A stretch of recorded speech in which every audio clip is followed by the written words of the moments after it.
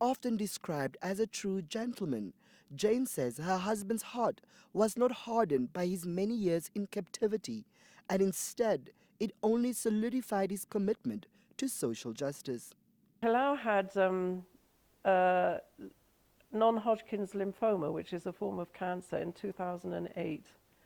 And we together spent about 8 weeks in hospital in Cape Town.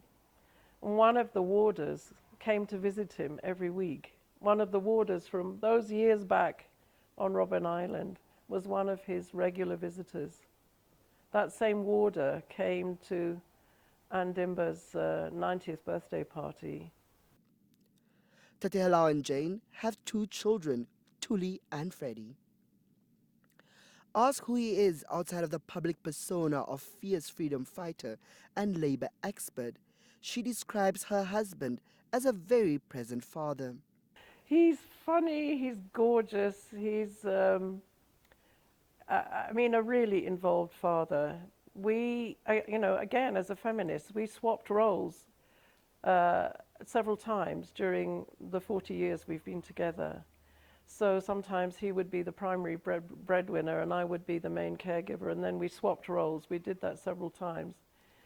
She says that Tate Helao, who shared a special bond with the late Yatoivo after the two spent many years together on Robben Island, is deeply concerned about the violence against women and children experienced in Namibia.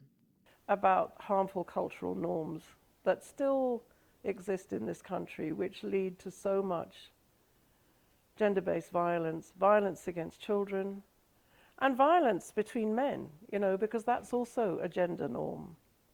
So one sweet little story, uh, in the 90s, soon after he had to retire, there was a spate of very, very vicious attacks against women and children.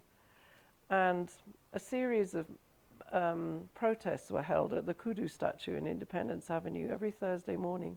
People came dressed in black just to express their horror.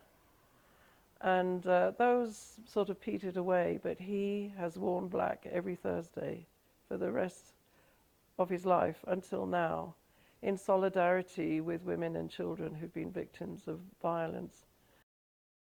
After his retirement in 1996, he focused his attention on ensuring that his fellow Robben Islanders were taken care of. He was the national coordinator of the Namibian former Robben Island Political Prisoners Trust and Andimba Yatoivo, the chairperson. He also turned his hand to consultancy work for various local and international NGOs. Gordon Joseph, NBC News, Windhoek.